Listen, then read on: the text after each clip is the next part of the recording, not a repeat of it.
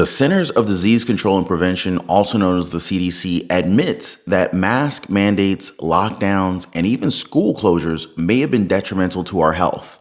Oh, they're telling us this now, right? Maybe they should have listened to Dr. Fauci when he said that the masks were not effective. Oh wait, he changed his mind about that too. Are you as confused as I am about this one? Disgraced FTX CEO Sam Bankman-Fried has now agreed to be extradited to the United States. You gotta wonder why he's doing this now, huh? Also, even more evidence is being released from the Twitter files as it's surfaced that the FBI may have been intimidating former Twitter executives to find more evidence of foreign influence, although there really wasn't that much to begin with. Even they question why the Bureau was this persistent about the issue.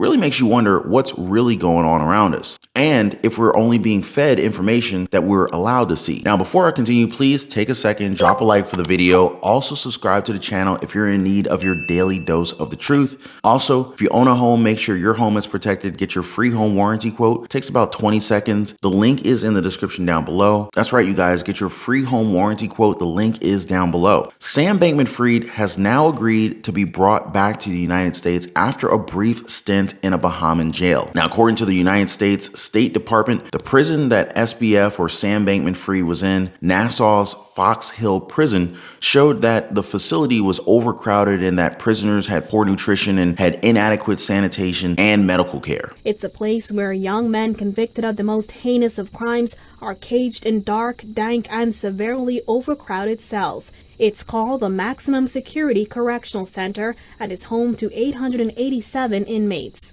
It's also one of the most secure parts of the Bahamas Department of Corrections. Officials say those inmates spend roughly 23 hours of the day in those cells, which house up to 6 inmates in a cell, even though it's built to hold 2 to 3 inmates. For 1 hour a day, those who aren't afraid to mix with fellow inmates are allowed outside to this gated area for exercise and to make calls to people on the outside. Just steps away inside are dimly lit hallways filled with slop buckets and debris. Add to the mix the stifling heat. They are sometimes used as holding areas for inmates, some of whom have not been convicted of a crime, but housed among the worst of the worst due to severe overcrowding at the facility. Housed in cells where there aren't even enough beds and where several men resort to sleeping on the floor underneath the thick cement ceilings. Some actually predicted that he would be praying for extradition since the situation there was so bad. Well, I guess they called it. Bankman-Fried is expected to request for bail once he's in U.S. custody. If he's denied bail again, he's heading to a federal detention center in Brooklyn, New York, although conditions there are also considered inhumane. Bankman-Fried, besides defrauding customers of FTX, is also facing charges of violating campaign finance laws by donating to political figures without disclosing his identity. Now, since we're already talking about things not being disclosed, we're a few years late to hearing this from the CDC, but they're telling us that mandates that were placed on us, like the wearing of masks, schools being closed, and even lockdowns, are being blamed as the fuel behind the Strep A outbreak that's hitting the country right now. A doctor at West Virginia University Medicine, Dr. Catherine Moffat, even said this, quote, "We disrupted our virus transmission. We did not have the normal circulation where you would expect RSV and pneumonia in young children. A lot of what we did with social distancing and masks caused this." End quote. Are you serious, guys? Now, it's very surprising to see that doctors are actually confirming this now. But what I do remember very vividly that even Dr. Anthony Fauci admitted in emails that masks were not effective in preventing a virus infection. He then proceeded to change his mind, and we got years and years of mask mandates in the country. I guess it pays to improve our immune system normally. Now, the question of whether Elon Musk changes his mind about his poll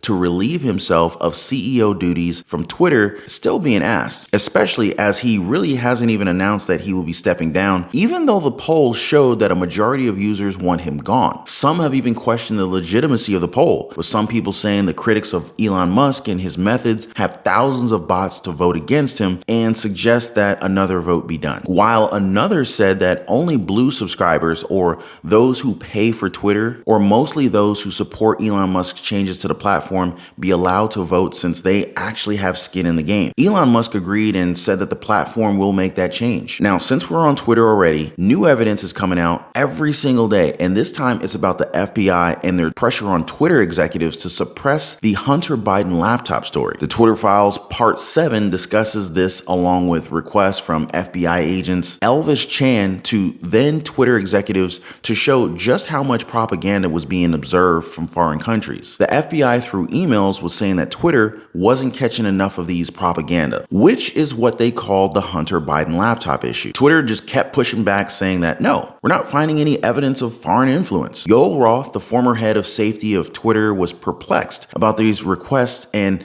has also resisted providing information outside of the normal search warrant process. It really makes you question what you hear or what you see on social media. It seems like everything is under the control of people who hold weight in the government. Do you guys think that this is a clear picture of corruption in our government? That special interests are being met for particularly powerful people? Trump was also being investigated at the time by the FBI, who they also tried to link to specific tweets that were supposedly foreign interference. While no direct connection was made, the former president is under a lot of heat as the January 6th committee has requested the Department of Justice to charge him for 4 potential felonies, namely conspiracy to defraud the United States, obstruction of an official proceeding of Congress, conspiracy to make a false statement, and aiding and inciting an insurrection against the country. On his Truth Social account, Trump said this, quote, "These folks don't get it, that when they come after me, people who love freedom rally around me. It strengthens me. What doesn't kill me makes me stronger. Americans know that I pushed for 20,000 troops to prevent violence on January 6th, and that I went on television and I told everyone to go home. The people understand that the Democratic Bureau of Investigation, the DBI, are out to keep me from running for president because they know I'll win. And that this whole business of prosecuting me is just like impeachment was, a partisan attempt to sideline me and the Republican Party. The fake charges made by the highly partisan Unselect Committee of January 6th have already been submitted, prosecuted, and tried in the form of impeachment. Hoax number 2. I won convincingly. Double jeopardy, anyone?" End quote. Former President Donald Trump is getting support from someone very familiar. Former Vice President Mike Pence has come to his defense in a recent interview. I must say, from very early on, I've been disappointed in the partisan nature of the Select Committee on Capitol Hill. I mean, to have a committee that was literally appointed in its entirety by the Democrat Speaker of the House really violates the history and tradition of the Congress of the United States. This Select Committee from the very beginning has represented a kind of a partisan taint that I think it's one of the reasons why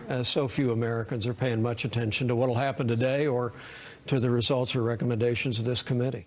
Pence also says that doing this may bring forth even more harm to the American people by saying, quote, "I hope the Justice Department understands the magnitude of the very idea of indicting a former president of the United States. I think that would be terribly divisive in a country that, at a time when American people want to see us heal. At this time of year, we're all thinking about the most important things in our lives, our faith, and our family. And my hope is the Justice Department will think very carefully." End quote. Now, I agree to some extent that Americans are divided, although it's mostly those that can't afford the cost of living to those who can. Kind of like the haves versus the have-nots. Those who can't afford it, they're forced to rely on SNAP and EBT benefits, Social Security, SSI, SSDI as their primary income sources, sometimes both. There are those who are at the brink of bankruptcy while others have been included in the mass layoffs. Now, the other side of those are those who develop new opportunities for themselves, generally entrepreneurs, those who are willing to hustle and grind, who know how to manage their credit cards, people who have the skills and know-how and the confidence to budget their wages, people who know how to invest. It could be in real estate or the stock market. They also have a very clear financial education that drives them